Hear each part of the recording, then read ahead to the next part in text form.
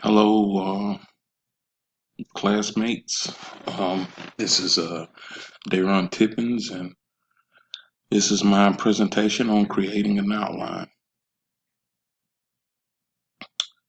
I think the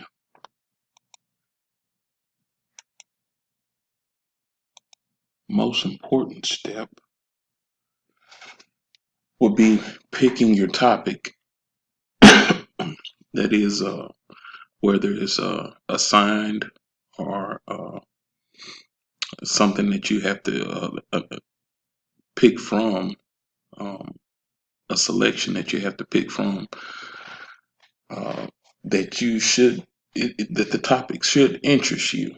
Um, it should generally something you should be generally curious about, um, and then or something that it, that has a vivid or a significant past experience.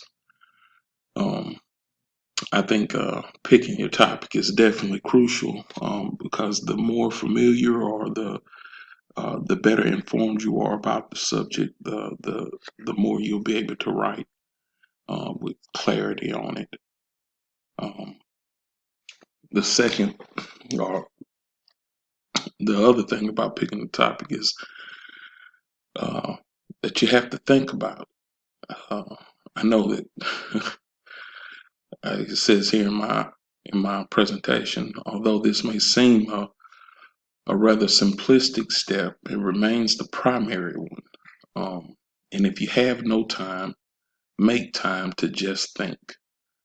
Um, and then I also included this somewhat humorous uh, quote from Winnie the Pooh. Did you ever stop to think and forget to start again? To me, although it is simple, um, to me, that's a profound statement. I think we all have a tendency to just do things and not really think about what it is that we're doing or what it is that we're saying. I think it's something that we all need to do more of, and that's just think. Uh, but included in thinking about the topic, there are exercises that you can use or techniques for uh, juicing the lemon, so to speak. Um, the first topic, or the first technique rather, that I like to use is free association or free writing. Um, I included this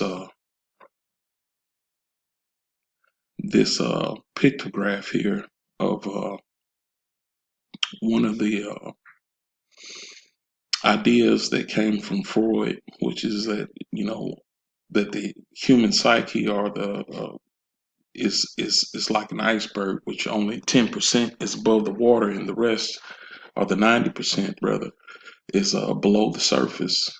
Um, and the more that you can get into the unconscious thought, of whatever topic that you're talking about writing about or thinking of writing on, um, the deeper you can get into what you really think about it, the more vivid and more inapt you are to be able to create something. Um, free association, it sparks memory, it unlocks emotion, it gives objectivity, and it helps to deal honestly with whatever subject it is. Um, another technique uh, that I use myself is clustering. Um, Now that you've opened your thoughts, it's time to arrange those thoughts, start building ideas. And I find that it helps with, it's almost like an exercise in pre organizing those thoughts so that you can come up with a flow, uh, so that it's just not a bunch of bunch of random thoughts. It actually has a logical path. Um, the next thing is to come up with a thesis statement. Um, Not only do you have to, once you've thought about it, you can understand what it is that you want to communicate, and what the audience, what it is that you want to convey to the audience. Um, and I find that if you write it down in a clear and concise sentence, that's how you want to build um, your essay from. That's what you want to build your essay from. Um,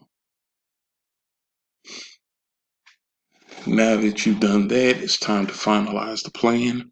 Um, think of the best way to convey your thought. Construct those thoughts in the best logical pattern. Uh, Break it down into subsets, namely for um, your different paragraphs, and so that you can progress throughout your essay. Uh, Numbering each one, of course, and its supporting evidence. Um, and in ordering those details, you want to do it in the best flow so that your transitions are smooth. Um, Hopefully, this can help in some way, shape, or form if we are presenting these to all of our classmates and not just our instructor. Uh, at any rate, uh, good luck. Thanks.